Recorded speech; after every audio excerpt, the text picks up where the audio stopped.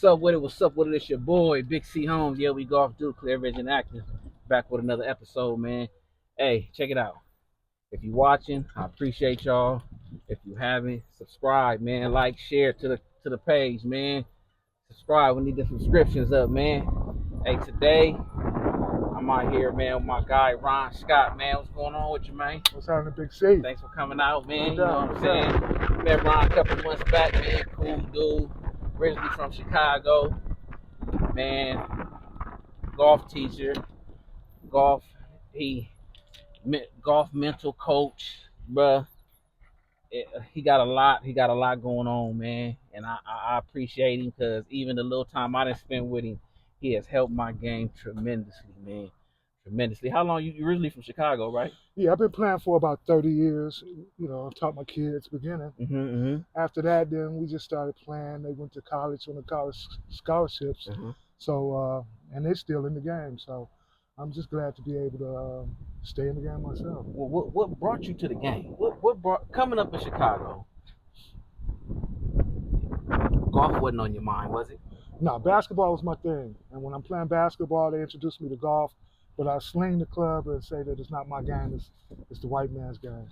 I didn't really understand that this game is for everyone. So I got married to someone whose father-in-law actually golfed. Okay. And then that kind of got me really into it. What year was that around? 95, which is Tiger Woods time, right? Okay, so okay. I got like 4 little boys around this time. Tiger Woods is out. So I just see the future. I envision that they're going to make it and everything going to be great. Man, so you're right, man. So sure. It was good though. It was good. So they still play, and it helped me to learn how to develop a talent organically, as opposed to going through a whole lot of different schoolings, teachings, and philosophies. It's really simple because it starts with the heart and winning first. Man, this game, you say it's simple, and that's the part of where you really teach that mental part. We're gonna get back into that. When you really teach that mental part of the game, right? What is it why is that mental so important? Because the mental is what controls the physical, and if the mental is under control, then you cool. You can execute your moves that you did on the driving range. But the problem is, once you come out here, you can't because of the mental pressure. And so people wonder all the time, man, I can't take it from the range to the course. Of course you can. You need to learn on the course. If you learn on the course, you learned already. You're used to the environment, you're used to the wind, you're used to all the elements that happen out here, so therefore you're equipped. But when you only learn on that range, you're in the ball good, and you come out here, you're scared, you're nervous, alignment issues. There's a whole lot going on out here. You need to be out here, get the mental equipped to play out here, and not just practicing over and over. Oh, I have a pretty swing. Then you get out here and you shank the ball. I know the feeling. I just said that the other day about being on the first tee. I used to be so nervous on that first tee box, man. Everybody watching, everybody looking. You got 2 groups behind you ready to go. But now, I know confidence. Got to be confident. Yeah, well, it takes a lot of preparation also. So if you prepare properly, you shouldn't really worry about anything, right? So you put the preparation in, and it's a lot more mental preparation than we anticipate. Meaning you have to be able to control your thoughts, not just when you're playing golf. Be aware of what you're thinking, and same thing will happen when you're out here. Be aware of your thoughts. And when bad thoughts creep in, negative thoughts creep in, consciously let them pass by without being upset with yourself, and then readjust yourself to the thought that you want to see, which is the ball going where you want it to go. And it tends to work that way, but we're so anxious and tied up. Oh man, I don't want this to happen. I don't want this to happen. That's what's going to happen. Whatever you focus on will happen. Not what you want to happen, whatever you focus on. Whatever you focused on. Right. So I want something to happen. I'm going to focus on hitting the ball in the middle of the fairway. If I don't, okay, that's not the problem. The problem is keep focusing on the right things, and eventually you'll get control of your mind to be able to put that ball in the middle of the fairway. Mental game, baby. Mental game with people. When we talking, we ain't even paying attention to the wind. Yeah. We just looking down the middle, everybody talking. Yeah. So I throw the grass up, right? So I can know where it's coming from. Yeah. When you first seen Tiger Woods, what was your thoughts, man? What was your thoughts about the game? I thought he was like Michael Jordan with a golf club. Right, because Michael Jordan was out there. So I know he's the greatest. So seeing him execute on that level and understanding that his father took him from 3 years old, that's what I was trying to do with my kids. And I know that you have a grandson that we're about to get in a program like next week. Well, how old is your grandson? All right, we got to start now, right? Because he's already hitting the ball. He just needs to learn the terminology. He needs to learn the rules at 2. He needs to know the rules at 2. Yeah. And I'm telling you why. Because his counterparts do. Yeah. Listen to that. They already do. It's little 2-year-old white boys out here in the country club. They already know what a par birdie, everything is, right? They know this stuff already. They cultivated it from the beginning. Yeah. So when they get 7 and 8 years old, they're in tournaments. That's they the knowing it and everything. They walking around looking like a little grown man. Huh? That's the plan. Once you have the regular club, you're going to swing just a little bit harder because of that wind. Now, this is what I just did. I swung a little bit easier because I got more club. The ball tends to go further when you swing easier. Swing easy. Yeah. The ball go further. It does. But when you like tight, tense, you're gripping, you're swinging hard, muscles are tense, you're coming up short. That's the one thing that I was told when I first started playing, you know, coming from the football world and, you know, strong weightlifting, even now, you know, people. But the muscles don't mean nothing. Nice, right. Easy swing, you know what I'm saying? Unless you really know how to use them. But you don't really use them like this. You don't use them like that. No, not out here. Not in this game. Not in this game. You're using your hands. Yeah. You know, those wrists. Yeah. You know what I'm saying? Yeah. That's why they call it touch. Yeah. So if you ever play and somebody say you got good hands, what they saying is, man, that's amazing. Yeah. You got feel in your hands. No, you'll never get it. So what made you want to teach your sons the game and not just hit them with the hoop and the football and everything like everybody else was doing, especially at that time? Because I had become aware that this game was all about the mental. And this game was all about developing character, life skills. Mm-hmm. So I had matured, you know. So then I stopped playing basketball as much and I started playing golf more. And it was very challenging in the beginning, right? Mm-hmm. So once you start to get it, you realize that, wow, it does take a lot of time, patience, and all the other attributes to make you a better person in character development. So that was part of the reason. And it gives me a chance to spend time with them all the time. So when they first started playing, how did they real quick? When they first started playing, how did they take to it? Where they, you know? Well, one of them, he didn't really want to leave basketball. And how old were they? How old were they when they 14. Well, started at 5 and 7 for the first 2, and then I came back after the divorce, and I started with them at 14 and 16. Oh, late. Yeah, 14 and 16. And they did good to start that late, huh? Yeah, they did. The one that was 14, he got a scholarship to college by the time he was 17. Man. He won 3 times on the junior tour, came in second 3 times, came in third twice. So he was always in the top 10, so he was always winning. So he knows how to win at golf, right? Which is, it takes a lot to do that. That's amazing. It doesn't just come with a sweet swing, right? You can swing as much as you want. But if you don't know how to control your emotions, control your fears and your doubts and your assumptions, this is all the mental part of winning. You know, so I taught him that because I'm right there with him. See, so someone always needs to be with a youth as they're developing. If you just send them out there and expect them to be able to handle this world of complexity on the golf course, nah, you misled. You misled. You have to be out here with them. Got to be out there. Yeah. I was out there. What you talking about? You know, just complain about nothing. I got to concentrate on what was the error. So that I don't make that error on my next shot. What was your goals for your sons when you started on playing? Did you want them to go to college and play, or y'all was just playing for fun, spend some time? Well, it was goals to go as far as they could go. If that was college, if that was to the pros, teaching, whatever, you know. But I just knew the game would be rewarding and it would give us a chance to spend time together when we get older. So even now, to go out as they're grown, it's a great feeling to spend 4 hours with your sons. It is. Hell yeah. Whereas most black men don't have that opportunity. Because they don't have anything in common with them enough to do that because they didn't build those common activities when the kids were young. All right, smart shot here.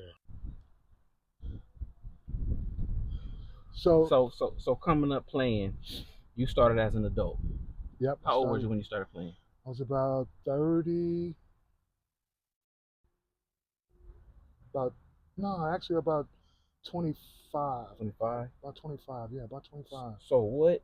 It took me about 4 years to start being able to hit the ball, though. Yeah. So around 29, I take my kids out, and now we're playing together, Yeah, right? yeah. Yeah. So what was your biggest challenges? You coming up playing, you starting to play, and teaching your kids. What was the biggest challenges with that? There was no challenge because it was fun. Mm. So having them with me every day and having them outside, being able to influence their life, being able to be a part of it, Mm-hmm. that was all encompassing. It was just a win-win situation. Yeah, yeah. Yeah, yeah. Y'all ever come, when they was playing high school and stuff or whatever, y'all ever come across any racism? Oh yeah, a couple of times at the country club, Redlands Country Club. Redlands Country Club. Redlands Country Club. My son was playing for the high school team, and the coach took me out to golf, and he said, "Mr. Scott, it is what it is." I said, "What does that mean, Mm-hmm. Mr. Kirkland?" That was the name of the coach. Ooh. He later got fired on sexual assault charges, but he let me know that Redlands is still the same way, and they don't really appreciate your presence at the course.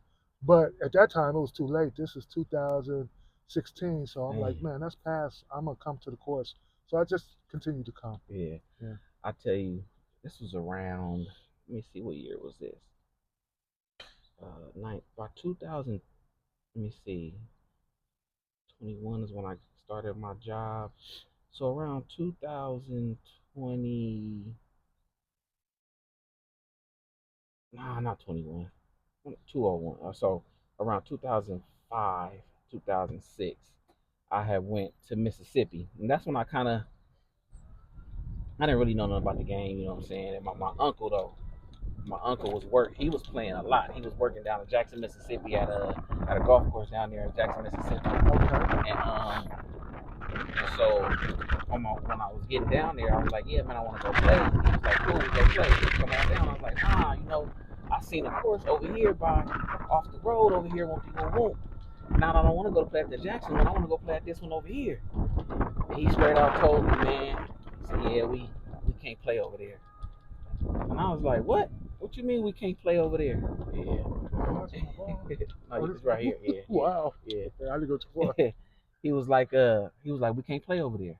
And I'm like, what you mean we can't play over there?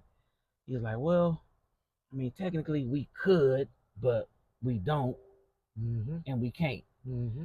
And then he was like, and when you live down there, you got a different attitude than growing up in California. Yeah, you're totally different because Different. you're conditioned. So I played in Louisiana, Mm-hmm. and we're on a course with an old black man, right? And it was just he and I, right? Mm-hmm. Just two people. Mm-hmm. We were in the cart. So I'm riding up toward the green. Yo, stop! You get too close to the green. I said, wait a minute, nobody's out here. But he's already programmed like the elephant. Mm-hmm. Something's tied around his neck, and he has to stay in the circle. And this is the mentality when you grow up with this game being your master and you're the slave. Mm-hmm. Whereas California, you got more freedom out here. Yeah. So your mentality is more free. See how we talking about the mentality? Mm-hmm. Right. You don't have a slave mentality. So then you do what you need to do. Mm-hmm. You equal. Yeah. Whereas people that grow up in the South, they don't feel equal. The black people don't feel equal. Yeah. You hear what he say? I can't. We don't. No, I can't go up there. But this is what's crazy is that originally, my grandparents were from Mississippi. My uncle, he was born and raised in Cali. He just happened to move out there as an adult. So that's what was funny to me. Well, he got indoctrinated once he got out there. Mm. And then he realized that he had to do what they tell him to do, or else you're going to have a hard time. Yeah. So he just adapted. But a lot of people do that in the workforce. What do you mean? Yeah. To this day, even in California, we tough. But when we go to work, we know we have to be a certain way. So then we kind of tailor it off a little bit to get through the day. Then we come back out after that and be who we are. Yeah. All right, let me see if I can get this. I got a party, so.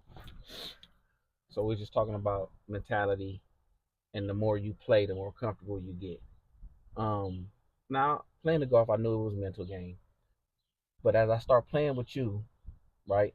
Remember the first time we played, second time we played. Right. Have you seen my mentality and my comfortableness get better in those rounds? Well, you weren't really that bad in the beginning, Mm-hmm. but you take notes well. So I don't see outbursts. I don't see Mm-hmm. Okay. displays of inconsistency, right? Okay. Because you conscious and you paying attention, so Mm-hmm. you're trying to do what you. All right, I'm gonna control myself. Mm-hmm. Whereas you got that inner control to do it. You have to Mm-hmm. have that first. Mm-hmm. Some people hear this and I tell them the same thing. Look, I'm telling you, I tell them the same thing I tell you, and then once we start playing, they still cursing and hollering, and then they tell me, tell that to the kids. And I'm like, okay, now we're gonna get personal. Yeah. I had a situation Oh, like that's that, yeah, right? yeah, So that's where it's like you gotta find the people that really want to get into the yeah, etiquette, yeah, right? yeah, If you don't want to get into the etiquette part of the game or the mentality yeah, or the mental part of the game, then you just out here to hit the ball. And those yeah, are the people I don't necessarily like to play with. yeah, I like to play with people that are really yeah, trying to learn the game for what it's worth. yeah. Let's go. It's definitely a bigger picture for me.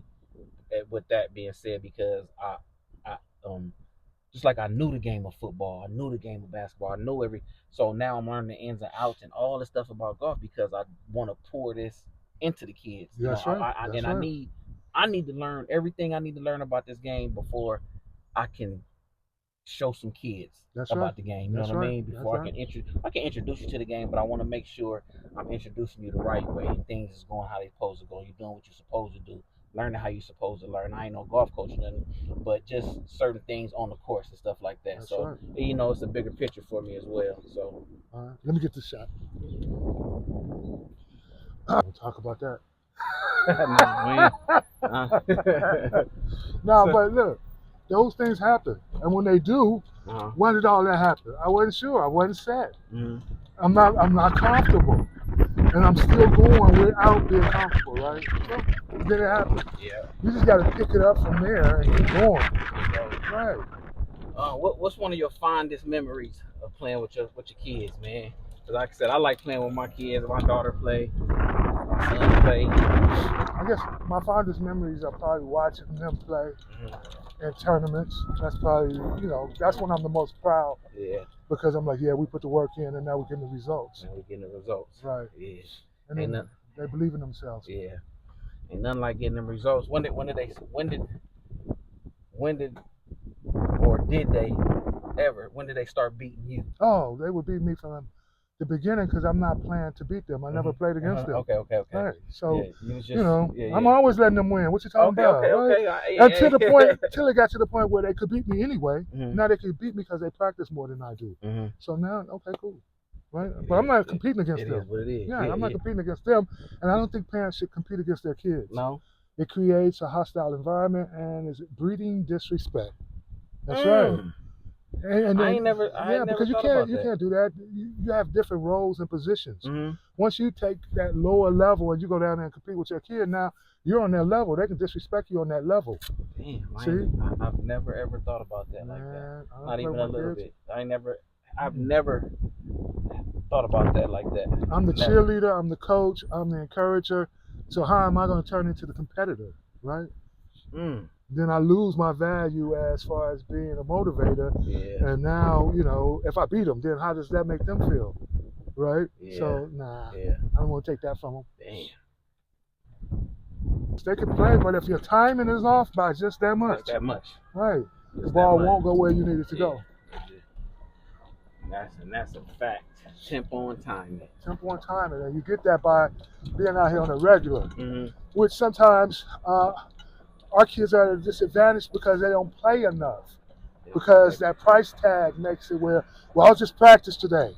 Well, no, you're not practicing golf now. You just, practicing swinging. Yeah. Imagine if you played basketball and all you did all day was just practice your jump shot. Yeah. Every day. Yeah. Right. And you never play. You'll be scared to death once you get on the court. It's not going to work. Right. That's not going to work.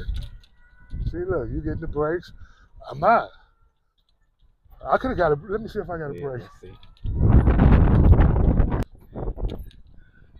So, as you was playing, as you started playing, teaching your kids, because I know, what made you just really focus and say, your mental game just got to be strong? What was it, something that happened, or just watching the game, What made you just say, you know what, this game is more mental than anything? Okay, so basically, we all know it's mental, Mm-hmm. and we all hear that it's mental. But until you start to do personal development within your own life, Mm-hmm. you don't understand how the mental actually plays a part in the outcomes. Mm-hmm. See? So once you start to work on your own inner self and your inner conversation and your inner talk, you become conscious of the fact that my thoughts are creating my reality. And if that's the case, then I need to think positive when I'm on a course, as opposed to letting any negative thought into my mind, period. And I can control those thoughts, so then I practice that. And that is the mental game. But you practice that in life anyway, Yeah. even when you're not on the course. Making the right decisions. Right, you should be practicing You that, should right? be. And that's what we learn from this game. Yeah. This game it definitely make you. It's a different type of focus for Right. this game. And if you can play and afterwards shake hands and say, hey, great round, I had a good time, and everything like that, then that's what it's all about. Yeah, absolutely. That's it. Yeah. So now what you got going on right now, man, with golf, man? What you got going on, man? We about to do this. We about to do this thing at Hardy Brown.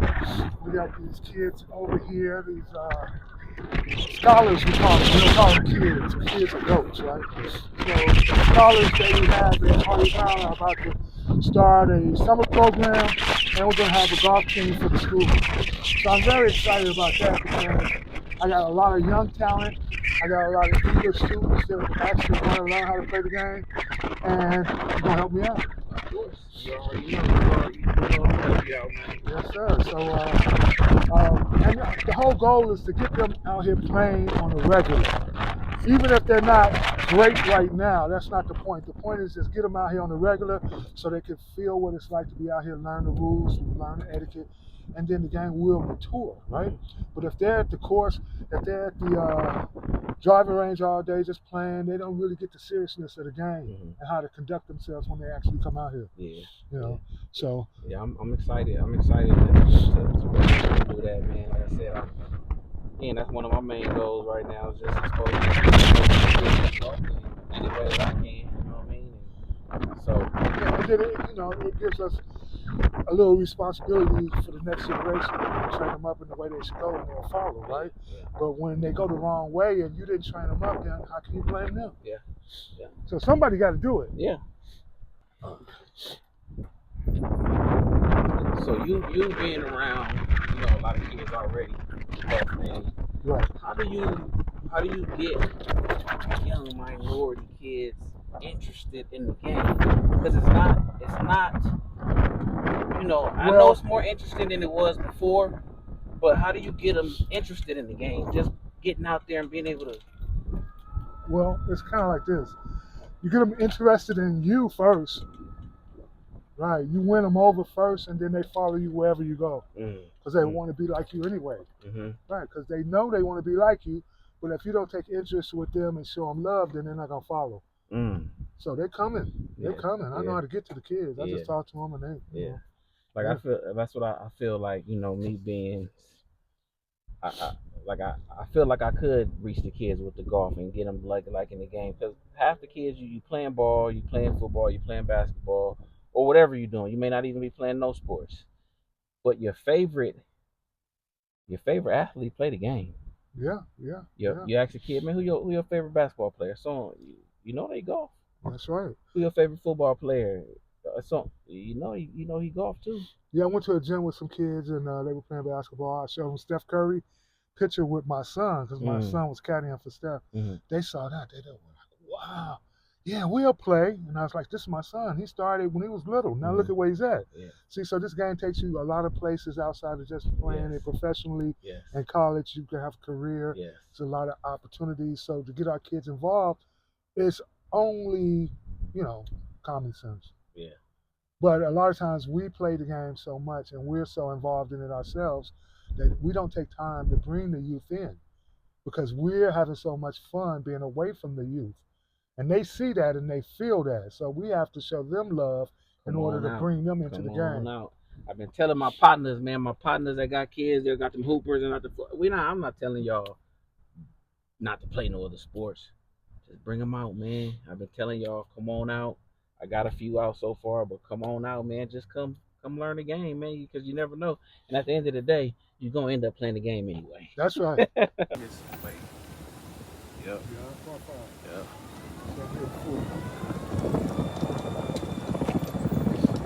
So what do it really take to be a good golfer, man? Like what do it take to be a good golfer? A lot of mental discipline. Always come back to that mental. So if you see the golfers or the kids that grow up golfing, you know, they don't look at a lot of TV, they do a lot of reading. See, we don't read enough. So if you read books, then you're strengthening your mind. You can read dreams. But if you watch TV, you can't read because you haven't been reading. See? So it's all mental. But mental is reading books also. Yeah. On the regular. Yeah, on the regular. On the regular, right? Yep. Gotta get that mind right. Yep. So how do you feel? Man. Woo! That hole got me, man. So how do you feel though? I feel mad. Right? But you can Yeah. change that feeling. Yeah. Right. Yeah. And this is what you practice it. That's why you have to go through downtime. So you can practice that so when you really plan, you will be able to control your mind and your thoughts. Yeah. You won't let the anger fester, right? Yeah. So then you'll get over it and birdie the next hole. Yeah. Right, that's what it's all about. Yeah, that one got me. Been playing good. That one just got your boy, man. Man, that's woo. That hole over. It's over. That's over. So now this hole is the birdie hole. It's over. It's over. Get it. Turn it off. Yeah, man. So it's saying, you know, the love for this game, I found just this game just keep you coming back no matter how bad you play, how good you play. The love and to be able to pass this game on, man, to the next generation, I think is real key because we need some more. We need some more kids playing this game, man. It's all about personal development. That's what you're addicted to, the development process. So teach the process to the kids and it helps them outside of golf also. You know what I'm saying? Make them better people. Yeah. Just overall. I really do think golf make you a better person, man. Yeah. I really do. I really do think golf, you know, that's why I don't like playing with people I don't like. You know, I don't want to be out here frustrated. You know what I'm saying? 4 I don't wanna hours miserable. with somebody, yeah, that's crazy. You could play basketball with somebody you don't like. Right. You could play football with somebody you don't Right. like. I don't want to be out here with nobody I don't enjoy being with, because just being out here is enjoyable. You know what I mean? And now to think about being able to pass this to children, like, 'cause this is a lifetime sport. So I did it to my kids, my 4 sons, and we have a relationship. See, it's a relationship. So if you don't have a relationship, you can't play this sport with a son. Right? So this will build a relationship. It teaches him how to build a relationship. It teaches him about life values, life skills. And at the end of the day, he's outside, he's learning something. He's not watching TV all day. He's not in crime. He's not in drugs. See, so this is saving a kid, one kid at a time. For sure, for sure. Well, man, that's a wrap, man. It's your boy Big C Holmes. Here we golf too.